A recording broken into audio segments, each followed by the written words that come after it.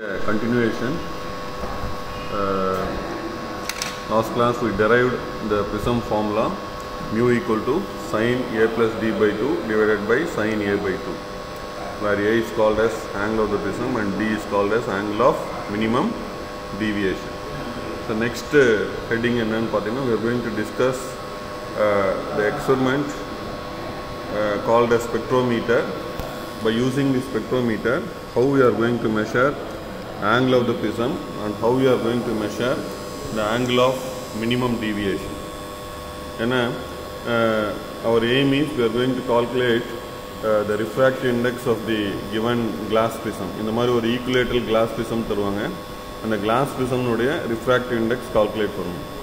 So for that there is a need to measure the angle of the prism and angle of minimum deviation. So with the help of spectrometer, how we are going to measure the angle of the prism and angle of minimum deviation. That is the today's class. First we are going to see what is a spectrometer. What is a spectrometer? So it is an instrument which is used to study the spectra emitted by different sources of light. தமிழ்ல வந்து இதுக்கு என்ன பேர் அப்படினு பாத்தீங்கன்னா நிறமாலைமானி. தமிழ்ல வந்து இந்த ஸ்பெக்ட்ரோமீட்டருக்கு வந்து தமிழ்ல என்ன நேம் அப்படினு பாத்தீங்கன்னா நிறமாலைமானி. ஸோ இந்த ஒரு பேஜில் வந்து இந்த ஸ்பெக்ட்ரோமீட்டருக்கு ரிலேட்டடான நோட்ஸ் வந்து கொடுத்துருக்கோம். அதில் இந்த ஆரஞ்சு கலரில் இருக்கிறது வந்து தமிழ் ரெப்ரசன்டேஷன் பார்த்தீங்கன்னா ஸ்பெக்ட்ரா வந்து நிறமாலை அப்படின்னு எழுதியிருப்பேன். ஸ்பெக்ட்ரோமீட்டர் அப்படின்னு சொல்லும்போது நிறமாலைமானி. ஸோ ஒவ்வொரு ஒளி மூலத்தில் வெவ்வேறு ஒளி மூலத்திலேருந்து வரக்கூடிய அந்த நிறமாலையை பற்றி தெரிந்து கொள்ள வேண்டும் என்றால் இந்த நிறமாலைமானியை யூஸ் பண்ணோம். அதனால் வந்து அதுக்கு நேம் வந்து நிறமாலைமானின்னு சொல்கிறோம். இங்கிலீஷில் வந்து spectrometer.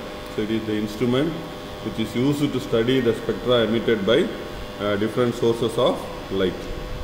Right. Next, coming to the parts of the spectrometer. Parts of the spectrometer அப்படினு பார்த்தீங்கன்னா it is going to possess three important parts. First one is called as telescope. The telescope la வந்து there are two types. Terrestrial telescope இருக்கு, astronomical telescope இருக்கு.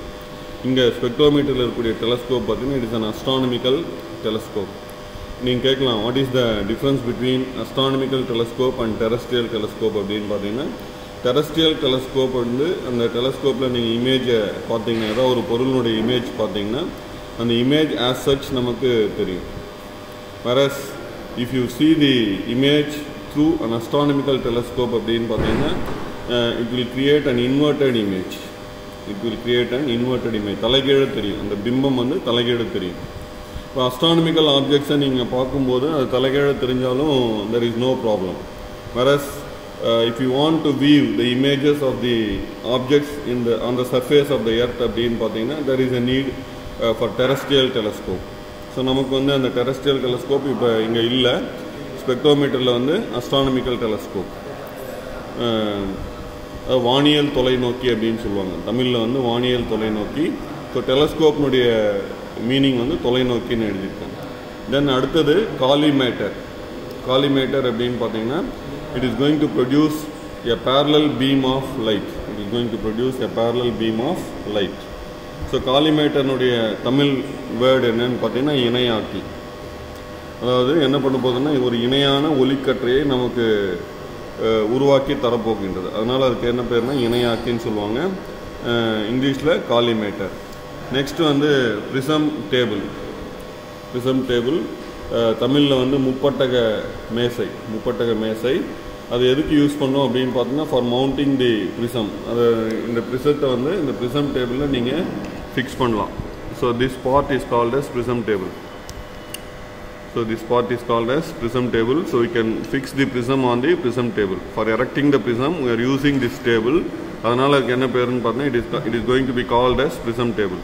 தமிழில் வந்து முப்பட்டக மேசை. So இந்த முப்பட்டக மேசையில் என்னெல்லாம் இருக்குது அப்படின்னு பார்த்தீங்கன்னா the height of the prism table can be adjusted. அதுக்கு ஒரு ஸ்க்ரூ கொடுத்துருப்பாங்க. With the help of the screw we can adjust the height of the prism table. இந்த மாதிரி தேவையான height increase பண்ணிக்கலாம், or we can lower the height of the prism table with the help of the screw. Okay, so நம்ம தேவையான height, desired heightல fix பண்றதுக்கு there is a screw. With the help of the screw we can increase the height or decrease the height. That is the first purpose. Second one, it has two circular discs provided with 3 leveling screws. இங்க பாத்தீங்கன்னா பாருங்க, this is one circular disc, this is another circular disc. So 2 horizontal circular discs with 3 leveling screws. பாருங்க, இங்க ஒரு screw இருக்கு, இங்க ஒரு screw இருக்கு, then here there is another screw. So provided with 3 leveling screws. The leveling screws use பண்ணி we can adjust the gap between the two circular metallic discs.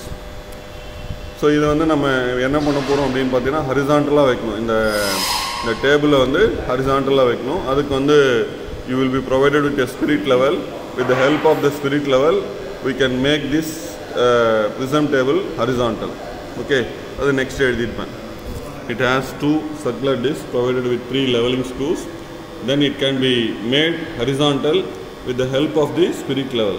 அதாவது நீங்கள் என்ன பண்ணுவோன்னு பார்த்தீங்கன்னா, அந்த ப்ரிசம் டேபிளை வந்து கிடைமட்டமாக வைக்கணும்.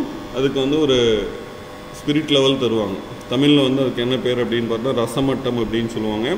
இங்கிலீஷில் it is called as spirit level. With the help of the spirit level we can make this circular disc horizontal by adjusting the 3 leveling screws. Then for taking readings, நம்ம வந்து ஃபிசிக்ஸ்னு பார்த்தீங்கன்னா எல்லா இன்ஸ்ட்ருமெண்ட்லையுமே ரீடிங் எடுப்போம். ஸோ அந்த reading எடுக்கிறதுக்கு it has a circular scale graduated in degrees. It has a circular scale graduated in degrees. எப்படி இருக்குன்னு பார்த்தீங்கன்னா 0 to 180, தென் 180 to 0 அந்த மாதிரி இருக்கும். ஸோ டோட்டல் எவ்வளோன்னு பார்த்தீங்கன்னா, இந்த டோட்டல் ரீடிங் எவ்வளோன்னு பார்த்தீங்கன்னா 360 டிகிரிஸ் இருக்கும். ஸோ இங்கே பார்த்தீங்கன்னா இருக்கும் that part. So it has that circular scale graduated in degrees. இப்போ நீங்கள் அந்த வீடியோவில் பார்த்தீங்கன்னா அந்த ஸ்கேல் தெரியும்.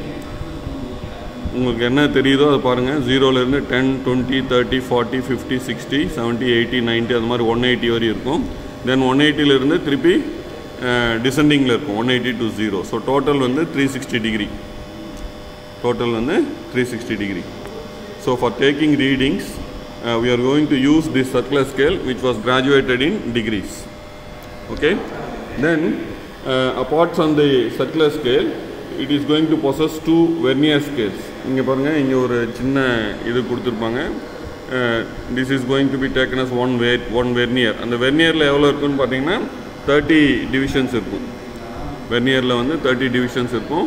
அதே மாதிரி ஆப்போசிட் சைடில் there is another vernier, அதுலேயும் வந்து 30 டிவிஷன்ஸ் இருக்கும். ஆப்போசிட் சைட்லேயும் ஒரு வெர்னியர் இருக்கும். அதில் நீங்கள் பார்த்தீங்கன்னா 0லேருந்து 30 வரையும் இருக்கும். அந்த வீடியோ கிளியராக தெரியுது. ஸோ 0 to 30 இருக்கும். ஸோ நார்மலாக ரைட் சைடு இருக்கக்கூடிய வெர்னியர் ஸ்கேலை we are going to take it as vernier A. whereas left side இருக்கிறது வந்து நீங்கள் வெர்னியர் B அப்படின்னு எடுத்துக்கலாம். in some representation it may be represented as vernier 1 and vernier 2. So normally in our physics laboratory we are going to take it as vernier A and vernier B. So for right side irukadhu vernier A, left side irukadhu vernier B. Then அடுத்த heading கொடுத்துருப்பாங்க radial screw அப்படின்னு கொடுத்துருப்பேன். தமிழில் வந்து ஆர வகை திருகு அப்படின்னு சொல்லியிருப்பேன். ஆர வகை திருகு. ஸோ நான் இங்கே வச்சுருக்கேன் பாருங்கள்.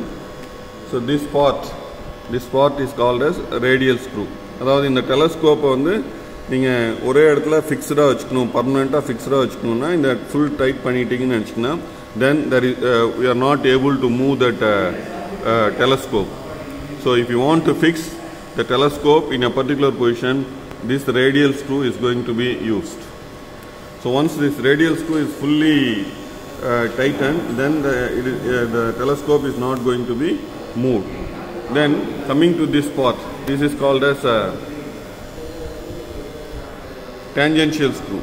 நான் திருப்பிட்டு இருக்கல என்னுடைய ஃபிங்கரை பார்த்தீங்கன்னா this part is called as tangential screw. So tangential screw is used to do fine adjustment. தமிழில் வந்து இது தொடுவியல் திருகுன்னு சொல்லுவாங்க. இது ஆர வகை திருகு. ஆர வகை திருகு வந்து டெலஸ்கோப்பை பர்மனெண்ட்டாக ஃபிக்ஸ் பண்ணுறதுக்கு யூஸ் ஆகும். தொடுவியல் திருகு வந்து நுண்ணிய மாற்றங்களை நீங்கள் செய்ய வேண்டும் என்றால், if you want to do fine adjustments, we are going to use this tangential screw. Okay, நீங்கள் ரொம்ப கீனாக அப்சர்வ் பண்ணிங்கன்னா அந்த டெலஸ்கோப் கிராஜுவலாக மூவ் ஆகிறது தெரியும், லைட்டாக தெரியும். பட் அதை இங்கே ஃபீல் பண்ணால் தான் நமக்கே உணர முடியும். ஸோ அந்தளவுக்கு minute adjustments we are going to use the tangential screw, and for a permanent fixing we are going to use radial screw. Right, so prism table sollitan, radial screw sollitan, tangential screw sollitan. Then regarding this telescope, so this part is called as telescope. The telescope neenga enna pannum appdin pathina, before doing this experiment, so first step enna pathina, by using this telescope we are going to focus a distant object. லேபில் ஒரு விண்டோக்கு பக்கத்தில் தான் இந்த spectrometer கொடுப்பாங்க. So first we are going to focus a distant object. So with the help of this screw ஒரு distant object focus பண்ணி we are going to get a clear image of the distant object in this telescope. That is the first step. நீங்கள் லேபில் வந்த உடனே, இந்த spectrometer வந்த உடனே என்ன பண்ணோம் அப்படின்னு பார்த்தீங்கன்னா, by rotating this telescope and viewing a distant object, we are going to get a clear image of a distant object. And the distant object எப்படி தெரியும்னா inverted image தான் தெரியும். Okay, that is the first step. Then second step, we are going to bring the telescope and collimator into a single line. அதாவது same லைனில் கொண்டு வரணும். Same லைனில் கொண்டு வந்துட்டு with the help of this sodium vapor lamp, we are going to weave the image of this slit. இங்கே பார்த்தீங்கன்னா ஒரு சின்ன இந்த இடத்துல நான் பென் வைக்கிறேன்ல, அந்த இடத்துல there is a gap. That part is called as slit of the collimator. So ஸ்லிட்னா என்னன்னு பார்த்தீங்கன்னா பிளவுன்னு பேர். ஸோ இந்த ஒளி மூலத்திலிருந்து வரக்கூடிய ஒளி அந்த பிளவின் வழியாக உள்ளே சென்று இந்த இணையாக்கியின் வழியாக தான் டெலஸ்கோப் ரீச் ஆகுது. ரைட்டா, இந்த இணையை நீங்கள் அந்த ஸ்லிட்னுடைய கேப்பை இன்க்ரீஸ் பண்ணிக்கலாம், ஆர் we can decrease. இப்போ பார்த்தீங்கன்னா ஸ்லிட்னுடைய கேப் அதிகமாகுது, or we can decrease. Okay, so அந்த பார்ட்டில் தான் என்ன பண்ண போனால் லைட் உள்ளே என்டர் ஆக போகுது. தென் coming to this screw அப்படின்னு பார்த்தீங்கன்னா, it is going to adjust the distance between the eyepiece and the objective. eyepiece and the objective. இங்கே ரெண்டு லென்ஸ் இருக்கும், இந்த காலிமேட்டரில் ரெண்டு லென்ஸ் இருக்கும். So it is going to adjust the distance between these two lenses, and which is going to produce a parallel beam of light. அதாவது ஆக்சுவலாக நீங்கள் அதை எக்ஸ்பிளைன் பண்ணணும் அப்படின்னு பார்த்தீங்கன்னா இந்த மாதிரி இருக்கும். இதுதான் ஸ்லிட் அப்படின்னு பார்த்தீங்கன்னா, இந்த ஸ்லிட்லேருந்து வரக்கூடிய லைட்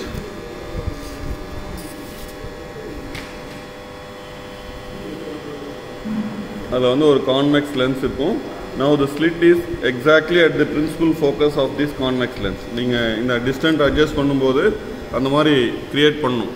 ஸோ இந்த source it is exactly at the principal focus of the convex lens. Then it will produce a parallel beam of light like this. So இந்த மாதிரி ஒரு parallel beam of light நமக்கு கிடைக்கும். That is the purpose of the collimator. Okay, so அதனால தான் அதுக்கு என்ன பேர் சொல்லணும்னு பார்த்தா, it is going to collimate the light and produce, it is going to produce a parallel beam of light. தமிழில் இணையாக்கின்னு சொல்கிறோம். ஸோ இணையான ஒளிக்கதிர்களை உருவாக்க போகின்றது. ஓகே, ஸோ டெலஸ்கோப் சொல்லிட்டேன், இணையாக்கி சொல்லிட்டேன், முப்பட்டக மேசை சொல்லிட்டேன். தென் ஸ்கேல் சொல்லியாச்சு.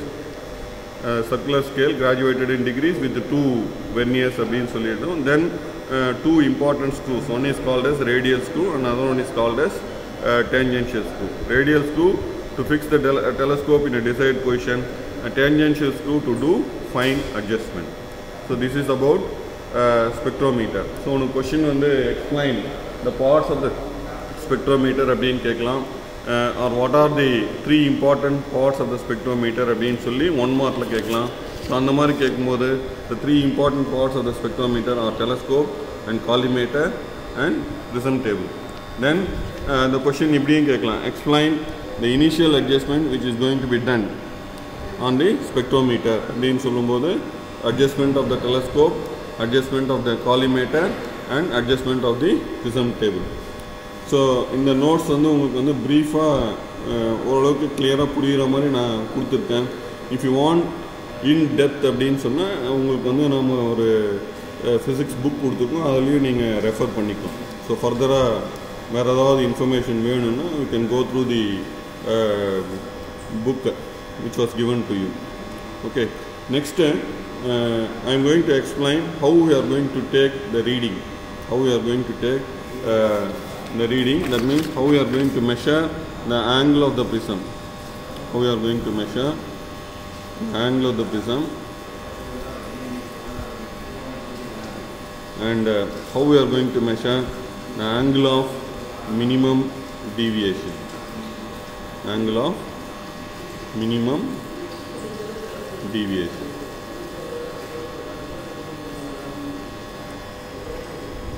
அதாவது முப்பட்டக கோணம், இந்த ஏ சொல்கிறது முப்பட்டக கோணம், பின்றது என்னன்னு பார்த்தீங்கன்னா ஆங்கிள் ஆஃப் மினிமம் டீவியேஷன், சிறும திசை மாற்று கோணம். தமிழில் வந்து இதுக்கு என்ன பேர் அப்படின்னு பார்த்தீங்கன்னா சிறும திசை மாற்று கோணம். இது வந்து ஆங்கிள் ஆஃப் த பிரிசம் அப்படின்னு சொல்லும்போது முப்பட்டக கோணம். இது ரெண்டையும் நம்ம எப்படி மெஷர் பண்ணுறதுன்றது நெக்ஸ்ட் பார்ட்டுக்கு நாம் போகிறோம்.